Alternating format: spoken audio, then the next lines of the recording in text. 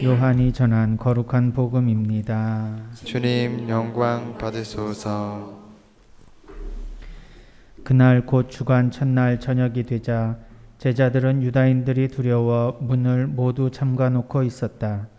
그런데 예수님께서 오시어 가운데 서시며 평화가 너희와 함께 하고 그들에게 말씀하셨다.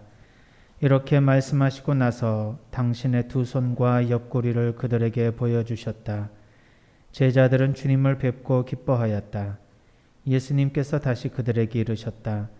평화가 너희와 함께. 아버지께서 나를 보내신 것처럼 나도 너희를 보낸다. 이렇게 이르시고 나서 그들에게 숨을 불어넣으며 말씀하셨다. 성령을 받아라. 너희가 누구의 죄든지 용서해 주면 그가 용서를 받을 것이고 그대로 두면 그대로 남아 있을 것이다. 주님의 말씀입니다. 그리스도님 참배합니다. 모두 앉으십시오. 찬미예수님. 네, 오늘 성령 강림 대축일입니다. 그래서 그 직원분들 그리고 문경에서 만났던 분들은 제가 성령 칠은 카드를 만들었는데요.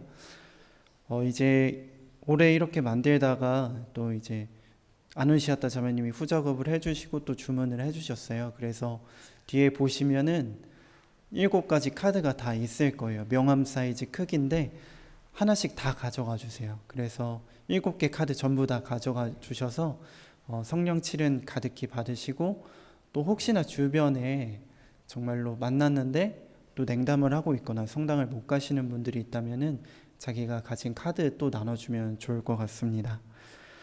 제가 이렇게 7가지 카드를 다 드리면서 많은 생각이 들었습니다. 성령이 무엇일까? 또 성령의 은총을 받는다는 것이 무엇일까? 한번 곰곰이 생각해 보게 되었습니다. 그 수많은 것들이 우리의 일상을 스쳐 지나가는데 그 중에서 감사한 것을 찾고 또 선한 일을 선택한다는 것, 선한 일을 행한다는 것은 분명 성령의 은총으로 가능한 일이 아닌가 라는 생각이 스쳐 지나갔습니다. 물론 그게 어려운 일이라고 성령의 은총을 거기다 갖다 붙이냐 하시는 분들도 있을 수 있겠습니다. 그러나 감사하고 선행을 실천하는 것은 제 경험상 결코 쉬운 일이 아닙니다. 아마 스스로가 자신을 돌아봐도 알 것입니다. 저는 그래서 종종 제가 참 신기합니다. 이 부족한 사람이 하느님을 생각하고 하느님께 감사드리고 하느님 말씀을 듣고 따른다는 사실이 참 놀랍게만 느껴집니다. 그렇지만 그렇게 어렵지도 않은 것 같습니다. 제 삶 안에서 기억을 더듬어 볼 때 커다란 맥을 찾아볼 수 있었습니다. 저는 첫째로 하느님의 선물을 거부하지 않으려고 했습니다. 둘째로 하느님의 자비를 의심하지 않으려고 노력했습니다. 셋째로 하느님을 제 삶의 중심에 모시려고 노력했습니다. 사실 제가 대단히 열심한 신자는 아니지만, 신부가 이런 말 하면 좀 웃길 수도 있는데, 사실 본당에 가면은 본당에서 많이 느꼈어요. 정말 열심히 사시는 분들이 많다는 것을 느꼈고, 그래서 제 스스로가 정말 열심한 신자라고는 말은 못하겠습니다. 그렇지만 하느님이 주시는 것을 최대한 받으려고 노력했고, 하느님과 멀리 떨어져 있을 때에는 용서를 청하는 것을 마다하지 않았습니다. 또 가급적 하느님을 삶의 중심에 두고 살아가려 했습니다. 돌이켜보니 이 모든 과정이 저에게서 성령을 받는 과정이었습니다. 그래서 이런 과정들을 다시 한번 되새겨보니 성령의 은총을 받아 누리는 것은 엄청나게 쉬운 일도 아니지만 대단히 어려운 일도 아니구나 라는 사실을 깨달을 수 있었습니다. 제가 뛰어나서가 절대 아니라 그분께서 우리에게 대가 없이 무상으로 베푸시는 사랑이 바로 성령이었기 때문입니다. 성령의 은총을 이렇게 생각해 보니 결국 하느님께서는 내가 나답게 살 수 있도록 베풀어 주시는 은총이 바로 성령의 은총이었습니다. 하느님은 이 세상 그 누구도 대충 만들지 않으셨습니다. 우리가 잘 알고 있듯이 바오로 사도는 에페소서에서 우리는 하느님의 작품입니다 라는 말을 전해줍니다.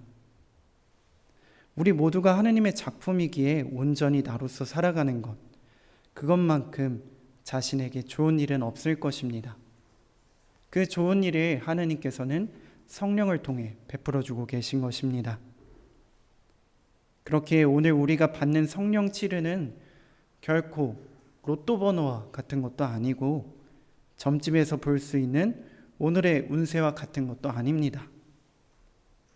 또한 없는 것을 만들어내는 것도 아니라고 생각합니다.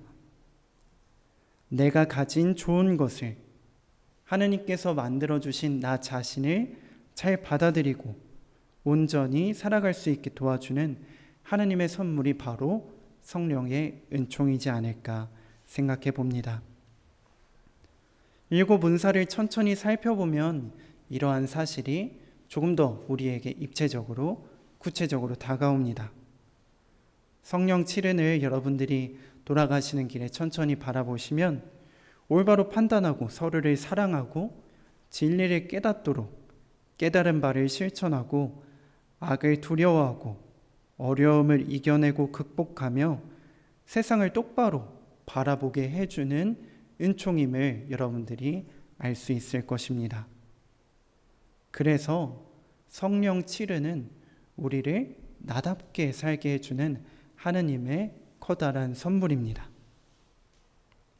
부활 시기의 마지막, 다시금 연중 시기로 돌아가는 때가 성령 강림 대축일이라는 사실이 그래서 저에게 매우 뜻깊게 다가옵니다. 다른 시기에 비해 연중 시기는 정적으로 느껴지고는 합니다. 그러나 우리는 그동안 그 시기 동안에 성령을 통해 나를 알아가고 그분의 사랑을 더 깊이 깨달을 수 있다는 사실을 마음속에 새기시면 좋겠습니다. 세상의 부귀영화는 우리를 일시적으로 행복하게 해줄 수는 있겠지만 영원한 행복으로는 이끌지는 못합니다. 그러나 성령을 통해 하느님이 만들어주신 대로 온전히 살아갈 때 우리는 아주 자연스럽게 영원한 행복으로 걸어갈 수 있을 것입니다. 그래서 오늘 각자가 부속과에 나오는 그 내용을 잘 한번 살펴보시길 바라겠습니다. 오소서 성령님, 주님의 빛, 그 빛살을 하늘에서 내리소서. 가난한 이니 아버지 오소서. 은총 주님 오소서. 마음의 빛, 가장 좋은 위로자, 영혼의 기쁜 손님, 저희 생기 돋우소서. 일할 때의 휴식을, 무더위의 시원함을, 슬플 때의 위로를, 영원하신 행복의 빛, 저의 마음 깊은 곳을 가득하게 채우소서. 주님 도움 없으시면 저의 삶의 그 모든 것 해로운 것뿐이리라. 허물들을 씻어주고 메마른 땅 물 주시고 병든 것을 고치소서. 굳은 마음 풀어주고 차디찬 마음 데우시고 빗나간 길 바루소서. 성령님을 굳게 믿고 의지하는 이들에게 성령 칠은 베푸소서. 덕행 공로 쌓게 하고 구원의 문 활짝 열어 영원 복락 주옵소서. 네, 여러분들 다시금 부속가를 들으셨는데 여기 그 어디에도 우리가 세상에서 부귀영화를 얻게 해달라고 그리고 세상적인 행복에 몰두하며 살아가게 해달라는 그런 구조는 없습니다. 다만 우리가 나답게 살아갈 수 있도록 하느님의 사랑으로 영원한 행복으로 기쁘게 갈 수 있게 해주는 그런 청원이 가득 담겨 있을 뿐입니다. 성령의 은총이 무엇인지 스스로 다시 한번 생각해보며 연중시기 기쁘고 또 성실하게 보내시길 바라겠습니다.